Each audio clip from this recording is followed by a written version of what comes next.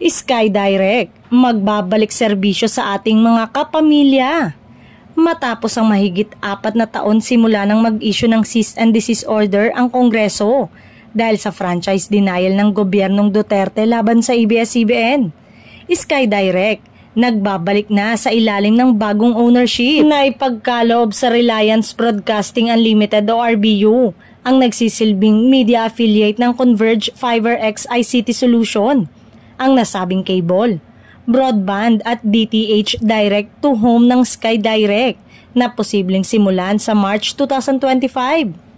Sa kanilang pagbabalik, mag-aalok ang Sky Direct ng pinaka-affordable na subscription packages as low as 99 pesos for 50 channels. Ang naturang pagkuha o acquisition ay napakalaking bagay sa local broadcasting industry kung saan mas pinapatibay ng Converge ang kanilang presensya sa content distribution sa pamamagitan ng RBU.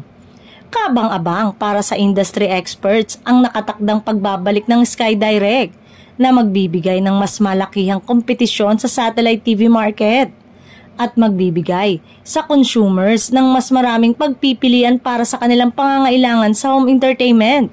Mula sa pagkakatatag noong 2016, ito ay pagmamay-ari at pinamamahalaan ng Sky, isang subsidiary ng ABS-CBN Corporation.